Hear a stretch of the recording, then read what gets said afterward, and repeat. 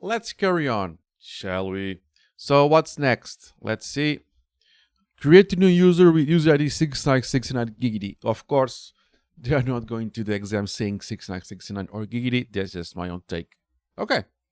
So, and the user is called Billy. Fine. So it's just user add minus u 6969 Billy. Give it a password of password like they ask you. Possibly Billy. Password.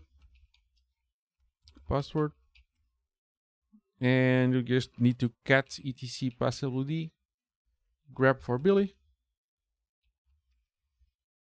And there you go. Billy has been created with the ID 6969. This was a short one, wasn't it?